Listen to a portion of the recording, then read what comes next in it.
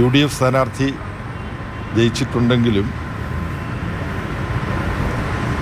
മൊത്തം പോൾ ചെയ്ത വോട്ടിൽ 4000 വോട്ടിൻ്റെ വർധനവുണ്ട് മണ്ഡലത്തിൽ.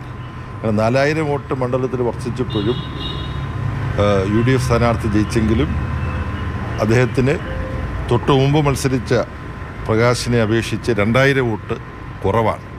അതാണൊന്ന്. അപ്പോൾ അതിനേക്കാളും വലിയ കുറവ് LDF സ്ഥാനാർത്ഥിക്ക് ഉണ്ടായിട്ടുണ്ട്. 16,000 വോട്ടിൻ്റെ കുറവാണ് ഉണ്ടായിട്ടുള്ളത്. പക്ഷേ കഴിഞ്ഞ തവണ അവിടെ സ്വതന്ത്രൻ്റെ സ്വാധീനം കൂടെ ചേർന്നിട്ടാണ് ജയിക്കാൻ കഴിഞ്ഞത്. ആ സ്വതന്ത്രൻ തൻ്റെ സ്വാധീനം പ്രത്യേക സ്ഥാനാർത്ഥിത്വത്തോടുകൂടി 20,000-നകത്ത് വോട്ട് പിടിച്ച് അദ്ദേഹം ആ വോട്ട് മാറ്റി എന്നുള്ള ഒരു യാഥാർത്ഥ്യം ഇപ്പോൾ നിൽക്കുന്നുണ്ട്. ലോക്സഭാ തിരഞ്ഞെടുപ്പ് നടന്നപ്പോൾ ഇടതുപക്ഷ ജനാധിപത്യ മുന്നണിക്ക് 30,000-നടുത്ത് വോട്ട് മാത്രമേ ലഭിച്ചിരുന്നുള്ളൂ പാർലമെൻറ്റ് തിരഞ്ഞെടുപ്പിന് എന്നുള്ളതുകൊണ്ട്. അപ്പോൾ ഇതൊക്കെയാണ് വോട്ടിൻ്റെ അവസ്ഥ. എം സ്വരാജ് അവിടെ സ്ഥാനാർത്ഥിയായി വന്നതോടുകൂടി നിലമ്പൂർ മണ്ഡലത്തിൽ അഭൂതപൂർവമായ ഒരു ആവേശം CPIM-ൻ്റെ പാർട്ടി ചിഹ്നത്തിൽ മത്സരിക്കുന്ന യുവ നേതാവിന് അനുകൂലമായിട്ടുണ്ടായിരുന്നു. അത് ഒരുപക്ഷെ ഒരു വിജയത്തിലേക്കടക്കം നയിക്കാം എന്ന അന്തരീക്ഷം സൃഷ്ടിക്കപ്പെട്ടു. ഇപ്പോൾ ഫലം പുറത്തു വന്നിരിക്കുകയാണ്. അപ്പം ഓരോ പ്രദേശത്തും ആർക്കെല്ലാം എത്രത്തോളം വോട്ട് കിട്ടി തുടങ്ങിയ കാര്യങ്ങൾ പരിശോധിക്കാനുള്ള സൗകര്യം ഇപ്പോൾ ഉണ്ട്. ആ സൗകര്യം ഉപയോഗിച്ചുകൊണ്ട് എന്താണ് ഈ തെരഞ്ഞെടുപ്പ് ഫലം ഈ രൂപത്തിലായത് എന്നുള്ളതിനെക്കുറിച്ച് പാർട്ടി സംസ്ഥാന കമ്മിറ്റി, ജില്ലാ കമ്മിറ്റിയും കൂടുതൽ പരിശോധിക്കുമെന്നാണ് അവരെ ബന്ധപ്പെട്ടപ്പോൾ അറിയാൻ കഴിഞ്ഞത്. ഇന്ത്യയിൽ മറ്റു കുറേ മണ്ഡലങ്ങളിൽ കൂടി തെരഞ്ഞെടുപ്പ് നടന്നിട്ടുണ്ട്. അതിലേക്കൊന്നും ഞാൻ കൂടുതൽ പോകുന്നില്ല, നിങ്ങൾക്ക് അതിനകത്ത് താല്പര്യം ഉണ്ടാവില്ല എന്നെനിക്കറിയാം. പക്ഷേ BJPക്ക് കാര്യമായ എന്തെങ്കിലും ഒരു നേട്ടം ഈ മറ്റ് സംസ്ഥാനങ്ങളിൽ നടന്ന പഞ്ചാബിലും ഗുജറാത്തിലും ബംഗാളിലുമാണ് നടന്നത്.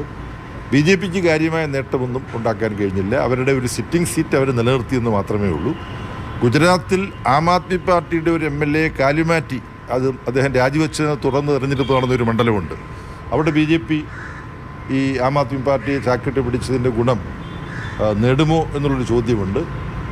കാലുമാറിയ ആം ആദ്മി പാർട്ടി സ്ഥാനാർത്ഥിയുടെ ഗുജറാത്തിലെ മണ്ഡലത്തിൽ ആം ആദ്മി പാർട്ടി തന്നെയാണ് ഇപ്പം ലീഡ് ചെയ്തുകൊണ്ടിരിക്കുന്നത്. ഫൈനലായിട്ടുള്ള സ്ഥിതി വന്നിട്ടില്ല. അപ്പം ഇന്ത്യ ഭരിക്കുന്ന BJPക്ക് ഈ ഉപതെരഞ്ഞെടുപ്പുകളിൽ കാര്യമായ ഒരു ഇമ്പാക്റ്റ് ഉണ്ടാക്കാൻ കഴിഞ്ഞിട്ടില്ല എന്നുള്ളതും പൊതുവിൽ കാണാവുന്നതാണ്.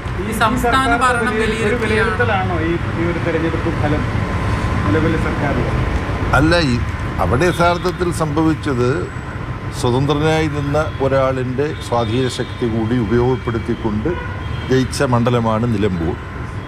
സഖാവ് കുഞ്ഞാലി 1960-കളിൽ അവിടെ ജയിച്ചതൊഴിച്ചാൽ മണ്ഡലത്തിൻ്റെ ഘടനയിലും അതിനുശേഷം മാറ്റങ്ങൾ വന്നിട്ടുണ്ട്. അതിനുശേഷം സ്ഥിരമായി UDF ജയിച്ചുകൊണ്ടിരിക്കുന്ന ഒരു മണ്ഡലമാണ്.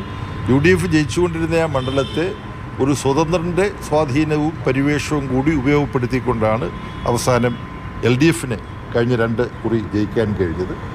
ആ സ്വതന്ത്രൻ എടുത്ത നിലപാട് എന്താണെന്ന് നിങ്ങൾക്കറിയാം. ആ സ്വതന്ത്രൻ UDF-ൻ്റെ ഒരു പ്രതിനിധിയെപ്പോലെ LDF-നെതിരായിട്ട് CPM-നെതിരായിട്ട് വലിയ കള്ളപ്രചാരവേലകൾ വ്യാപകമായിട്ട് നടത്തിയിരുന്നു. മറ്റു കാര്യങ്ങൾ